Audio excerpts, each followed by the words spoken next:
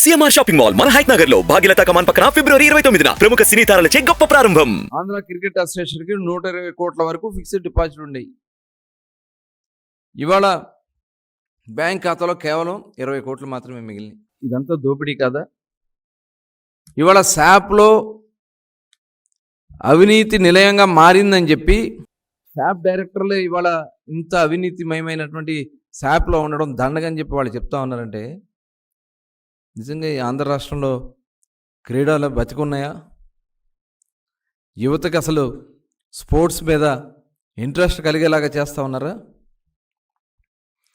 ఇవాళ గతంలో sports quota కింద నిజంగా కష్టపడిన వాళ్ళకి, వాళ్ళు మెడల్స్ తెచ్చిన వాళ్ళకి ప్రోత్సహించడానికి ఉన్నటువంటి ఏదైతే స్పోర్ట్స్ కోటాని డబ్బులు తీసుకుని, లంచాలు తీసుకుని సర్టిఫికెట్లు అమ్ముకున్నారంటే ఇది చాలా చాలా దురదృష్టకరం. అట్లాగే ఆడుదాం ఆంధ్ర అని పెట్టి 120 కోట్ల రూపాయలు ప్రజాధనాన్ని దుర్వినియోగం చేసి పనికిరాని కిట్లు పెట్టి, పనికిరాని ఆట వస్తువులు ఇచ్చి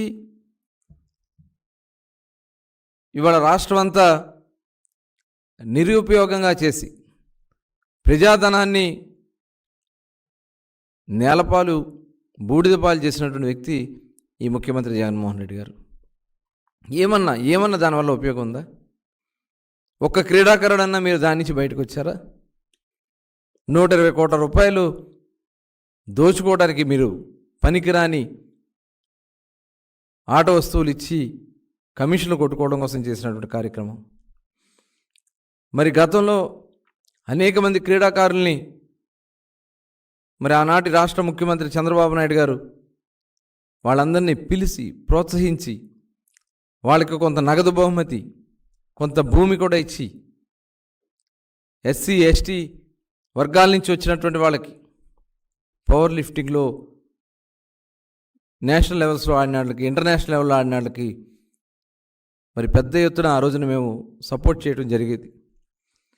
కానీ ఈ ప్రభుత్వంలో శూన్యం. ఇవాళ ఒక్కసారి మనం గతంలో జరిగినటువంటి చరిత్ర చూసుకున్నట్టయితే ఉమ్మడి ఆంధ్ర రాష్ట్రంలో ఆ రోజున చంద్రబాబు నాయుడు గారు అనేక నేషనల్, ఇంటర్నేషనల్ ఈవెంట్స్కి వేదికగా మార్చారు.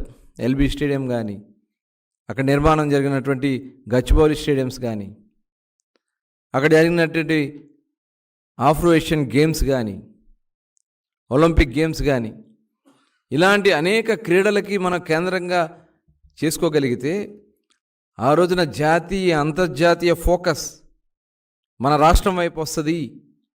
తద్వారా అనేక రకాలుగా మనం కూడా ఇన్వెస్ట్మెంట్స్ వస్తాయి, క్రీడాకారులు తయారవుతారు, జాతీయ అంతర్జాతీయలో మన ఉనికిని నిలబెడతారని చెప్పి ఆ రకంగా ప్రోత్సహిస్తే ఇవాళ మీరేం చేశారు ఆంధ్ర రాష్ట్రంలో?